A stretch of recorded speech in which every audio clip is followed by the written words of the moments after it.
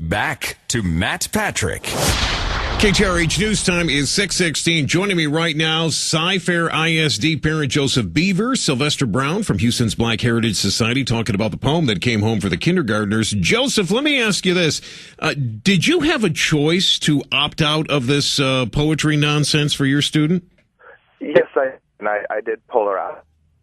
So they gave you the opportunity not to have your child recite the poem, correct? I think I'm having a little trouble with Joseph's phone. But let me talk to Sylvester Brown. Sylvester, again, thanks for joining us this morning. Do you think that we should be singing the praises of our president who is running for a second term and is still in office? Well, first of all, thank you for having me, Matt. Sure. One thing that I wanted to express as it relates to your question is that as I understand that the program is directly related to the Black History celebration of Black History Month. Is that correct? Yeah, that is my understanding, yes. Okay, well, under that premise, I didn't find any problem with it because I think the main essence of the Black History Month is to recognize those African Americans who have made outstanding contributions not only to the African Americans, but to America as a whole. But Mr. Brown, I would suggest that in this poem we are seeing campaign slogans, many campaign slogans, and here we have a president who is running for re-election. This to me looks like kind of an indoctrination of kindergartners into the Obama campaign. Well, I think there's I think if you would probably do your research, you'll find that there's a lot of preschool education programs having to do with music and songs that's related to presidents. Not presidents that are running for the office, though. Well, that's not a problem. Because he's running for office does not remove the fact that he is the first African American president in the history of America. That trumps. That's respectful. That's very appropriate for. Yes, sir. But in the poem, that isn't mentioned one time. It mentions basketball, the White Sox, and his campaign slogan. It never once mentions that he's the first African American president.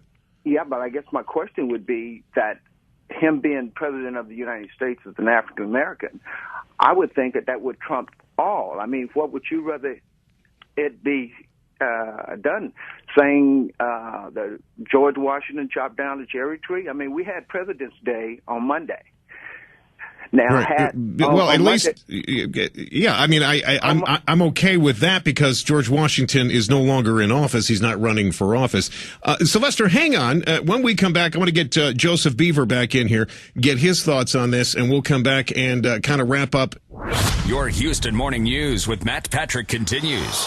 KTRH News Time is 6:22. We're talking about the chant, the poem that went home in Tips Elementary School in the Cy-Fair ISD. Joining us, Joseph Beaver, a parent of one of the students. Now, Joseph, you opted out. You did not want your child participating in this chant, you were telling us, correct? Yes, that is correct. Now, there's a program February 28th. Will your child be participating in that program? Are they still going to be doing? Go ahead. I had her. I was going to put her in it, but something came up after I pulled her out, and I've got to have a family obligation I got to take her to outside of that. How did you explain your pushback to this poem to your kindergarten student? I just told her that there's no educational value to this. You're not learning anything from this chant. And that's why you're in school. You're in school to learn, and you either learn education or you learn morals, and you're not getting either one of those benefits from this chant. Sylvester Brown from Houston's Black Heritage Society joining me this morning. Sylvester, let me just read part of this to you. Whose famous slogan is "Yes, we can"? Obama's famous slogan is "Yes, we can." Who do we know is the man? Barack Obama is the man. Is that really what we want our children to be taught during Black History Month? Well, as I said, it's a matter of perception. I believe. I think that it's appropriate. It's Black History Month, and I think the way that the teacher may have chose to highlight Black history utilizing President Obama and his slogan, "Yes, we can," or the fact that he can play basketball, or the fact that he could sing. Perhaps back during that time, had George Washington been able to sing, had George Washington maybe, if he had the zeal, if he were able to play basketball, who knows?